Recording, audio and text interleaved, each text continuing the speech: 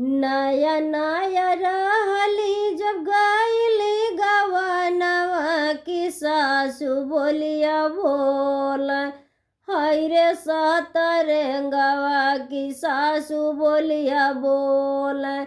हाय रे सतरंगवा की सासू बोलिया बोल। हाय रे सतरंगवा की सासू बोलिया बोल। हमरे हुकुम पे सारा घरवा चलेला। हमरे हुकुम पे सारा घरवा चलेला। घरवा चलेला सारा घरवा चलेला।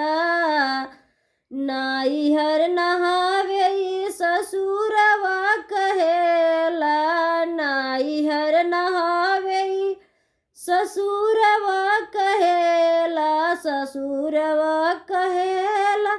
ससुरवा कहेला। नाइहर समझी जाओ तमार बुन खड़वत देव हम पिटाई। हाय रे सतरंगवा की देव हम पिटाई। हाय रे सतरंगवा देव हम पिटाई। हाय रे सतरंगवा की देव हम पिटाई। नया नया रहली जब गईली गवनवा की सासू बोलिया बोल।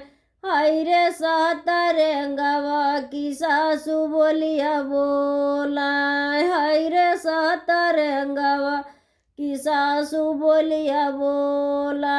हाय रे सतरंगवा की सासू बोलिया बोल। खानवा बनावे कर ननदी पाटीदारी। ननदी पाटीदारी हो ननदी पाटीदारी। पलंगा पे खाना मांगे जेठ जेठानी। पलंगा पे खाना मांग जेठ जेठानी। जेठ जेठानी हो जेठ जेठानी। नाइहर कई सोची सोची सुखवा सपनवा की आवे बड़ी रोवाई। हाय रे सतरंगवा की आवे बड़ी रोवाई। हाय रे सतरंगवा की आवे बड़ी रोवाई। हाय रे सतरंगवा की आवे बड़ी रोवाई।